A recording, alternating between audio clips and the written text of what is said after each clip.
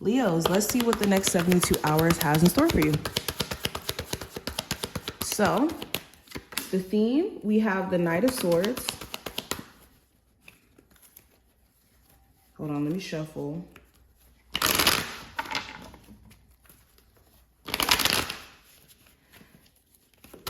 Okay. Career and finance, we have the High Priestess. Your love life, we have the Magician. The possible challenge is the Six of Swords. The advice is the Star card. What you're not aware of, we have the Seven of Swords. What to avoid is the Six of Pentacles, and then the outcome is the Ten of Cups. Ooh. Okay, so we got some oracle cards flipping already. I'll take this one. So it says, it's time to play. You're working too hard and worrying about everything. Seek out joyous experiences to bring balance to your life. Yes, have you been spending too much time focusing on making money or focusing on day-to-day responsibilities? It's okay to take a break. It's okay to have a life outside of having a business or working at a job or essentially, again, being a parent or handling just your day-to-day responsibilities. And a lot of you have been needing a break for a minute now. Like you've been just working your behind off and almost feeling guilty for wanting to take a break or wanting to, have more time to yourself. And there's nothing wrong with that. There's absolutely nothing wrong with that.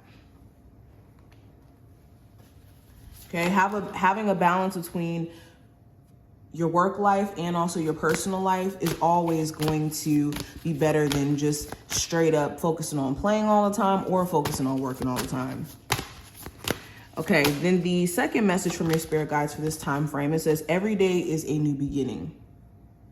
So yes, this is a reminder that there's no need for you to beat yourself up for what you didn't do enough of yesterday or what you wish you got done or what you wish you didn't procrastinate on, because every day you have another chance to get it right or to become 1% better. And that should always be the goal. Not to, suddenly wake up tomorrow a new version of self or a new person that you can't maintain and keep up with, because eventually you will, divert or have days that, everything's not perfect. If anything, you want to slowly but surely work towards fixing things, or not working towards fixing things, but work towards improving. Okay. And that's more beneficial than, like I said, trying to make an overnight switch up. Now let's go further. I do have the Knight of Swords representing just the overall theme for this next 72-hour window. So with the Knight of Swords, you could be a little scatterbrained. You do want to be careful of allowing yourself to get distracted or starting to think things that are untrue or acting off of these thoughts. So an example of this could be having thoughts of anxiety and then acting off of that, or, losing your cool because of that, or even having like thoughts of inspiration and then like trying to force yourself to be on the straight and narrow without taking in consideration of kind of like what I said with the first card, that, there's going to be moments where you're focused and you're not focused. This could be something you're having to address. So not only is this about not being scatterbrained or having distractions, this also speaks to like outside people who could be inconsistent themselves. Like 1 second showing interest and then the next second not, or communicating with you 1 second and in another second not doing the same thing, like being constantly in this switch up. If you feel like they're unpredictable during this time frame, there could be this question around why there's this unpredictability and whether or not you still want to keep dealing with them.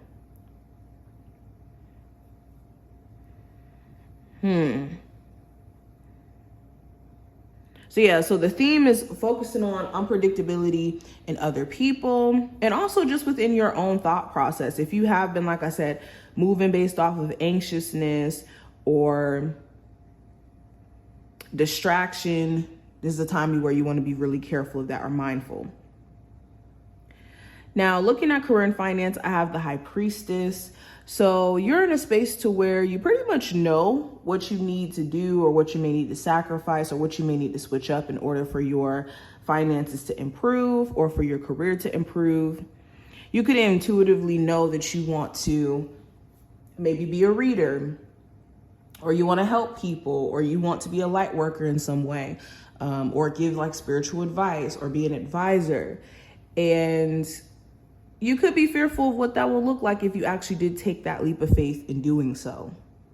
This will be heavily on your mind. Yeah, you could even know that there's certain coworkers who have it out for you, or who could be like gossiping or secretly trying to outshine you in a way. But again, you could already sense that their energy is not right. So you could be trying to keep your energy away from these individuals who you feel could be energetically off. Now, when it comes to love, I do have the Magician card. So you could be dealing with somebody who you feel like is slightly a manipulator. And you could question, like, is this person going to stop doing certain things that they do that make you feel like they're being manipulative? For others of you, there could be somebody who you're interested in, and you could be trying to manifest them into your physical reality, whether that's like you're not speaking to them, and you could be trying to manifest like a phone call from this person, or you could be interested in someone, like have a crush on them, and you may not want to tell them that you're interested, but you could be like, I don't know, passively flirting with this individual or trying to make it more obvious. For my singles, it just feels like you know that you want love, but you could be wondering, like, when is it going to manifest? You may be needing to go out of the house, like be more open to connecting with people, because it's one thing to like want to manifest things into your life, but then if you're not actively participating in it too, that makes it harder for the manifestation to become reality, because you have to actively participate as well. But anywho, going into the possible challenge with the Six of Swords, the challenge could be moving or relocating. This could be like the process itself. This could be moving your items. Like there could be certain things that you end up having to leave behind, or you have to leave in a storage because you don't have enough space for it.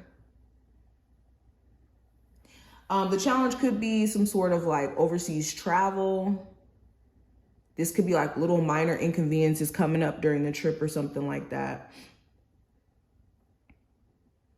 This could also be just moving on. Mentally, you could still feel connected to someone, and it could be a challenge of moving on from either what they did or themselves. Or you could be dating somebody or interested in someone who's still like fixated on an ex or a past situation and not moving on from it. And this could be making it hard for them to be open-minded to you. Now, the advice with the Star card, this is working on your faith system. Do you believe that your spiritual team is actually going to come through for you? Or do you have like a lack of optimism or faith in your love life, in your career, in yourself, just period? Also, when it comes to when it comes to you guys dating, and maybe you haven't had a chance to really heal from what your person put you through, the advice is to maybe prioritize that so that you can actually find someone who is like on a higher vibration, because we attract people who are our vibrational match always. Even if we don't see how they could be a vibrational match to us and how we ended up dealing with them, there's a reason for why we are attracted to certain types of people, because either they act as a mirror for us and they mirror certain qualities that maybe we don't even see that we have, good or bad, or they have a purpose in showing us certain things, like unlocking things that maybe we just, again, are unaware of. But anywho, yeah, the advice here is to focus on a healing process instead of focusing on like dating someone new. So you could attract someone who's more so in alignment with what you're looking for. Okay, and it's also getting focused when it comes to your goals and actually believing in yourself. If you don't believe in yourself, how are others going to believe in you? Now, what you're not aware of, let's get into that. We have the 7 of Swords. So you may not be aware of how someone could be avoiding you because they don't want to take accountability for certain things that they may have done to you. Or what you may not be aware of is the extent of lies that someone has been telling. Or why even someone may have ghosted you. If you've been wondering, like, why haven't I heard from this person? What's going on with them? There could be some things that they're dealing with undercover that they just don't want to tell you about.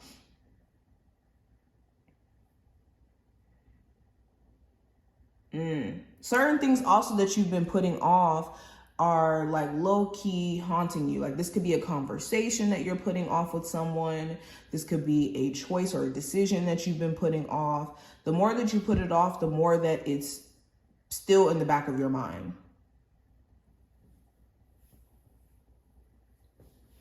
Now, what to avoid with the 6 of Pentacles. So this is spending too much money or spending recklessly.